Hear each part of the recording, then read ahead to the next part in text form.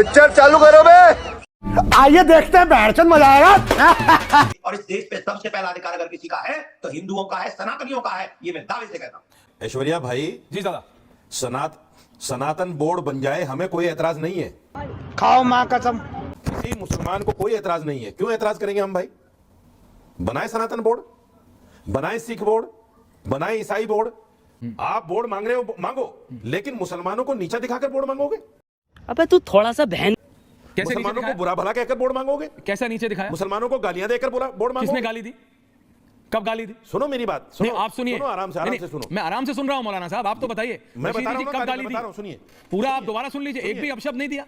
नहीं, आप मुझे बताइए कौन सी गाली दी? आप कैसी गलत बात कर रहे हैं? अरे सुनो मेरी बात है मेरे भाई जी, बोलिए ना। उन्होंने कहा कि मौलाना कह रहे थे कि हमने कुर्बानी दी तो तुम्हारी कुर्बानी पाकिस्तान चली गई। उनको शर्म नहीं आई ये बात कहते हुए? आपको सुनते हुए शर्म नहीं आई? क्या हम जो मुसलमान हिंदुस्तान में हैं, हमारे लिए गाली नहीं है? हमारे पुरखों ने क्या कुर्बानी नहीं दी देश के लिए? आज जो आजादी मनाई जाती है, जश्न आजादी, उसमें क्या कहा नहीं जाता कि तमाम हिंदू मुसलमानों ने, सिखों ने सब मिलकर आजादी दिलाई है? बिल्कुल, सबकी जाने गई है सबका। इनको कहिए कि जाओ, अगर पढ़ना जानते हो तो चले जाओ इंडिया गेट। जो 67-68 हजार नाम लिखे हैं, उनमें 37,000 नाम मुसलमानों के हैं।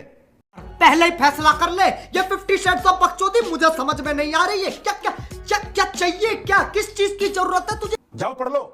अगर नहीं जानते तो, पढ़ना जानते हो तो पढ़ लो जाके।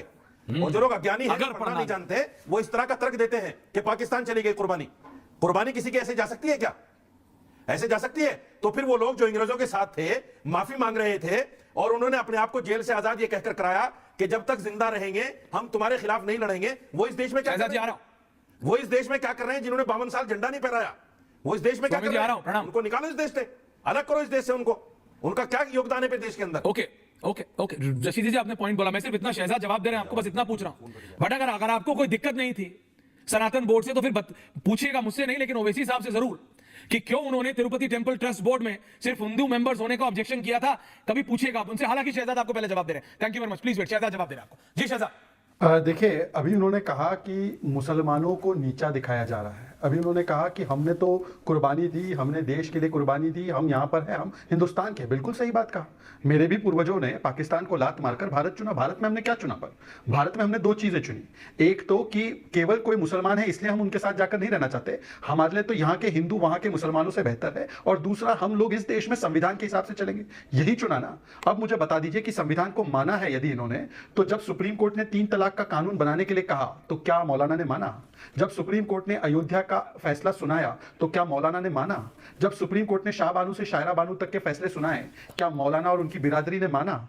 जब सर तन से जुदा के नारे लगाए जाते हैं और रूल ऑफ लॉ, संविधान, अंबेडकर जी के संविधान को हाथ में लेने की बात कुछ लोग करते हैं, तो मौलाना ने फतवे जारी किए कि सर तन से जुदा वाला यहां पर नहीं चलेगा। जब 12 साल की बच्ची का शोषण करते हुए, बलात्कार करते हुए एक 65 साल का बुढ़ा उससे शादी करता है, तो यही मौलानाओं की फौज आ जाती है ना, ये हमारा धर्म का अधिकार है। अब स्वामी दीपांकर बैठे हैं, स्वामी दीपांकर कभी जस्टिफाई नहीं करेंगे। स्वामी दीपांकर बोलेंगे ये धिक्कारता हूं मैं कि अगर एक 12 साल की बच्ची के साथ 65 साल का बुढ़ा शादी करेगा और कानूनी कार्रवाई उस बुढ़े पर हो। पर अब मौलाना से पूछो तो मौलाना बोलेंगे ये मेरे धर्म का अधिकार है, ये मेरा अधिकार है, 4 शादी करना मेरा अधिकार है, 3 तलाक देना मेरा अधिकार है। तो पूछे मौलाना से कि जब देश को अपनाया, भारत को अपनाया, तो भारत का संविधान नहीं अपनाना था क्या? और जहां तक सनातन बोर्ड की बात है, अब तो इन्हीं के बिरादरी के लोगों ने एक कमेंट किया है, जिसकी जितनी संख्या भारी उसकी उतनी हिस्सेदारी। तो भाई बात तो बिल्कुल सही है। यदि वक्फ बोर्ड 9 लाख एकड़ पर जाकर वो बैठ जाएगा तो कोई और वो भी मांग करेगा सनातन बोर्ड की। पर मैं, क्योंकि यहां पर कुछ ज्ञानी लोग बैठे हैं, उनसे मैं पूछना चाहता हूं कि ये वक्फ जो है, ये 1500 साल पुराना जमीन भी कैसे उसने, मंदिर भी कैसे उसने बोल दिया कि हमारा है? एक भी बार ये वक्फ के अतिक्रमणकारी सोच पर एक भी बार सवाल नहीं उठाया गया। इतने वर्षों तक, अरे सुन लीजिए, इतने वर्षों तक जब इतना असीमित ताकत एक संस्थान को दिया गया, तो संविधान करने वाली ये जो जमात है, इसने एक भी बार नहीं बोला कि ये गलत है। जब क्लेम किया गया भोजशाला मंदिर पर, सोमनाथ मंदिर पर, अयोध्या की जमीन पर, तब आपने एक भी बार नहीं बोला। छत्तीसगढ़ की तहसील ऑफिस पर एक भी बार नहीं बोला। सूरत के म्युनिसिपल हेडक्वार्टर पर एक भी बार नहीं बोला। आप तो पार्लियामेंट पर भी क्लेम, और विजयपुरा के किसानों की जमीन तक को हथियाने के लिए बैठे हुए हैं। तो इसीलिए मुझे लगता है कि टीवी पर आकर चिपड़ी चुपड़ी बातें करना और असलियत में कौन सा चेहरा लगाकर लाद जाते हैं लोग, ये बहुत स्पष्ट है। यहां पर जो सनातन बोर्ड की वकालत कर रहे हैं, उनसे 2 सवाल पूछ लीजिए। ये सनातन के एलिमिनेशन के लिए जब बयान आया तो कितने फतवे जारी किए? हालांकि वो पॉलिटिकल बयान था, पर हेट स्पीच के खिलाफ आप लोग रोज सुबह शाम बोलते हैं ना, अलापते हैं ना। तो सनातन एलिमिनेशन, राम मंदिर नाच गाना है, राम मंदिर बेकार है, आपने एक भी बार बोला कि ये बयान गलत है और इनके ऊपर एफआईआर होनी चाहिए? ओके, कि ये मेरे पास एक लिस्ट है, क्या लिस्ट है साहब? 1970 का गजट है ये। हाँ 1970 के गजट में दिल्ली के अंदर ये 250 बीघा जमीन, ये जो ईमानदार बने बैठे हैं बीजेपी के लोग, ये ईमानदार पहले ही हमारी जमीन वापस कर दे और ये वक्फ बोर्ड जो है सरकारी हाथों से निकाल दे। क्यों सरकार कब्जा करे बैठी है वक्फ बोर्ड पर? गुरुद्वारा प्रबंधक कमेटी की तरह सरकार इसे हमें क्यों नहीं दे देती मुसलमानों को? अरे कब्जा तो तुम करे बैठे हो जमीनों पर, तुम्हारा चेयरमैन बनता है, तुम्हारा मेंबर बनता है, तुम्हारा सीईओ होता है, तुम्हारा एडमिनिस्ट्रेटर होता है, और कहते हो मुसलमानों ने कब्जा कर लिया, और कहते हो मुसलमानों का भला क्यों नहीं होता, गरीब मुसलमानों के पास किराया क्यों नहीं जाता, सारा तो सरकार खा रही है। कुछ लोग कहते हैं कि मंदिरों से आमदनी होती है उसका 1% भी सरकार खर्च नहीं करती। हम ये कहते हैं कि हमारी सैकड़ों करोड़ की संपत्ति ये सरकारी तो खा रही है, मुसलमानों के पास तो है ही नहीं है, इसका किराया भी नहीं देती सरकार, कब्जा करे बैठी है। अरे ईमानदार लोगों, इसे वापस तो कर दो। अगर करप्शन खत्म करना चाहते हो, इसको पहले मुसलमानों को वापस कर दो और फिर बोलो कि हम ईमानदार हैं, मुसलमानों की भलाई के लिए काम कर रहे हैं। आप इसको मजिस्ट्रेट को देना चाहते हो, मजिस्ट्रेट किसका होता है? सरकार का होता है। आपको याद होगा 1949 में जब मूर्तियां रात को जबरदस्ती रखी गई चोरी से, तो मजिस्ट्रेट ने केस सुनने से मना कर दिया था कि मैं इस पर केस नहीं सुन सकता। अच्छा। तो मजिस्ट्रेट तो सरकार का होता है। आप मजिस्ट्रेट के हाथ में हमारी प्रॉपर्टी देना चाहते हो, हमारी संपत्तियों को हड़पना चाहते हो, इसलिए आप अमेंडमेंट लाना चाहते हो।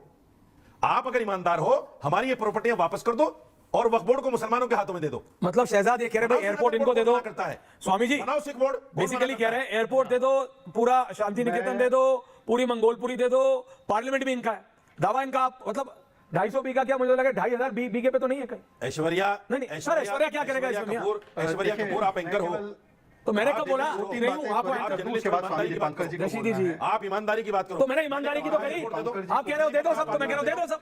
मैंने कब कहा? मैंने कब कहा? अरे 250 बीघा कहाँ है? एयरपोर्ट दे दो। तो 250 बीघा आपके घर में है क्या? अरे शर्म करो भाई।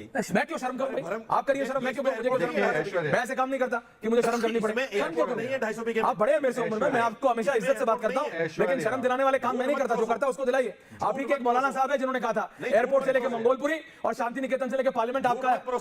हाँ, झूठ मत परोसो।